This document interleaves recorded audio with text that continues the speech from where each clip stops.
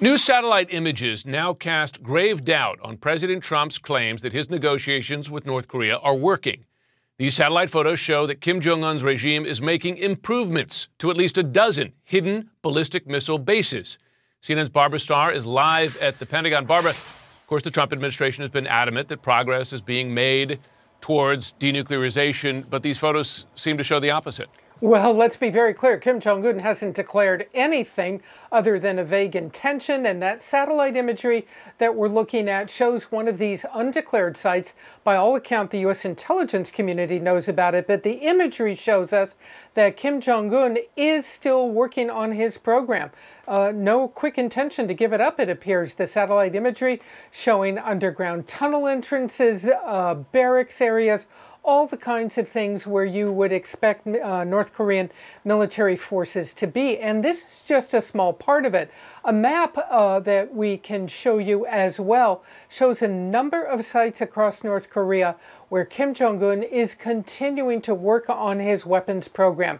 The big concern are the mobile missiles, of course. They can be on launchers in these underground bunkers.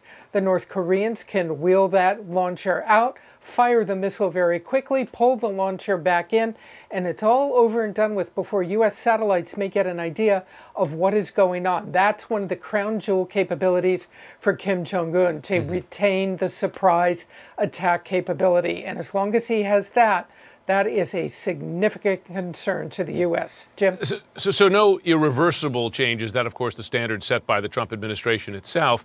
The president will, though, cite the suspension of North Korean nuclear tests, bomb tests, as well as missile tests. In return, the U.S. has suspended major military drills, large-scale military exercises with South Korea. Only the smallest ones have begun. Is that right? Well, that is right. And then there is some small-scale training going on right now. The North Koreans already very loudly objecting to that. But the U.S. did suspend with South Korea the large-scale exercises in the so-called interest of diplomacy. But it was a concession, clearly.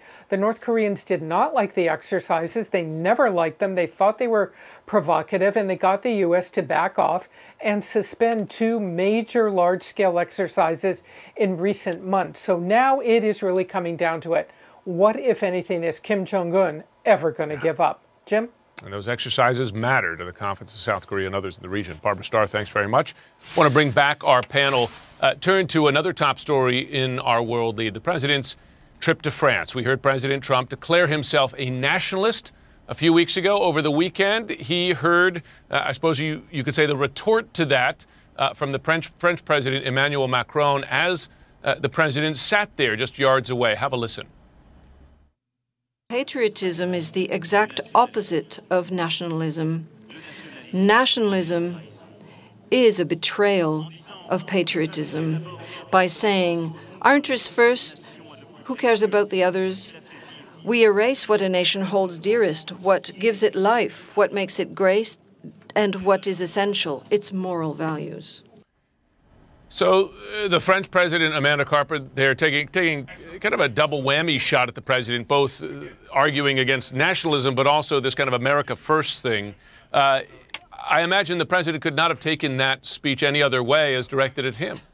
Yeah, to me, broadly speaking, let's talk about this and North Korea together for just a second, is that world leaders have tried the carrot approach with President Trump.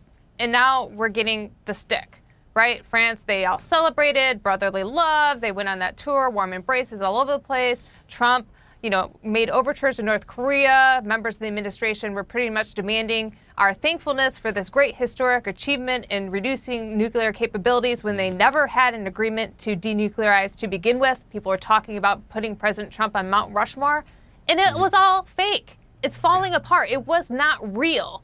And so the goodwill that he had is exhausted.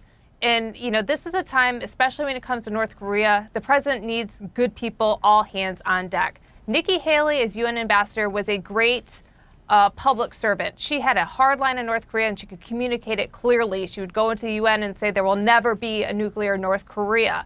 I'm worried about who he can find to fill her footsteps. And Pompeo can't do this all on his own. He's got to have more people on this problem.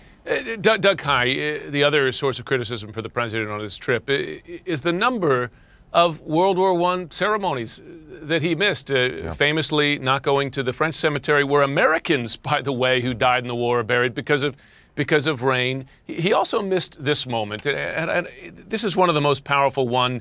Emmanuel Macron, the other leaders walking quietly with their umbrellas there together as bells marked the exact moment that the fighting in World War I ended. The president, he drove. Instead, I don't like to play the game of imagine if Obama did this, how would Republicans react? Well, but you're a Republican. How do you feel watching this and watching your president absent? Yeah, I was very saddened. In fact, on Friday, I tweeted, imagine if Republicans had said this, because I know Republicans who would have said terrible things about Barack Obama if he had skipped these ceremonies. And this is troubling to me for two reasons. One, these are the easy things to get right if you're the president. It's very easy to come to these ceremonies. And the military, by and large, supports Donald Trump. So he would be demonstrating strength to his own community. Two, it's another sign, especially when you look at what Emmanuel Macron said about Trump and nationalism, that, we talk so long about the Trump-Macron bromance. The reality is they're frenemies. And Macron right now isn't just trying to be the leader of Europe with Britain detached. He may be taking a step to be the leader of the free world, with the United States taking a step back as well. And that should be troubling. So, Abby, who does the president look to for international support?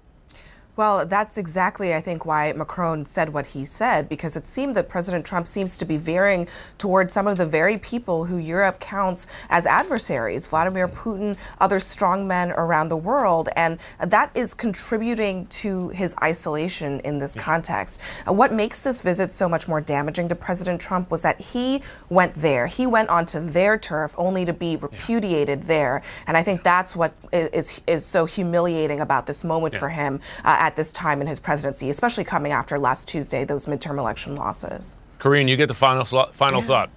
Yeah, well, Donald Trump left a disaster here, in a domestic disaster, and created a foreign disaster, and all on his own, and for no reason at all. I mean, Donald Trump talks about veterans, he talks about the military, and from this trip, it just seems as if he only truly cares about himself. And I agree with Amanda and Doug. This was easy for him, and he chose to just embarrass us, to really make America alone.